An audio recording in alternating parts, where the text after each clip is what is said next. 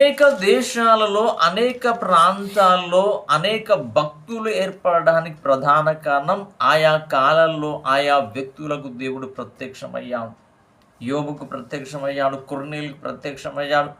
అక్కడక్కడ భక్తిపరులు ఏర్పడి చుట్టూ జనాంగాన్నంతటి కూడా రక్షణలోకి నడిపించగలిగారు. యథార్థంగా ఉన్నారు, దేవునికి భయపడ్డారు. కానీ నేటి కాలములో దేవుడు తన సువార్థికుల ద్వారా ఆనాడు ప్రత్యక్షమైన దేవుడు నేడు సువార్థికుల ద్వారా అనేక మంది తన సేవకుల ద్వారా ప్రవక్తల ద్వారా అపోస్తలుల ద్వారా ఏం చేస్తున్నాడు తెలుసా? ప్రపంచానికి దేవుణ్ణి బయలుపరుచుకున్న విధముగా తన వాక్యము ద్వారా దేవుడు ప్రత్యక్షమవుతున్నాడు.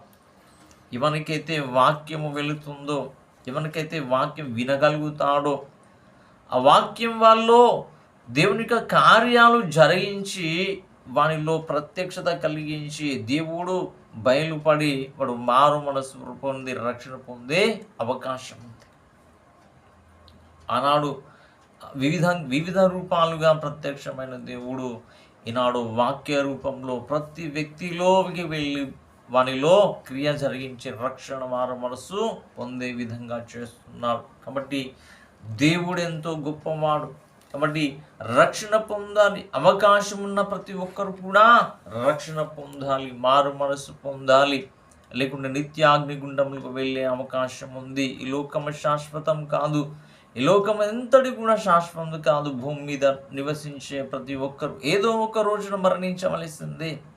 మరణించిన తర్వాత ఆ నిత్యాగ్ని గుండములో నుండి తప్పించుకొని నిత్య రాజ్యంలోకి నువ్వు వెళ్ళగలగాలి అంటే వేరొక మార్గము లేదు. యేసు మార్గమే మనకు దిక్కు కాబట్టి వేరొక రక్షకుడు లేదు, యేసే రక్షకుడు.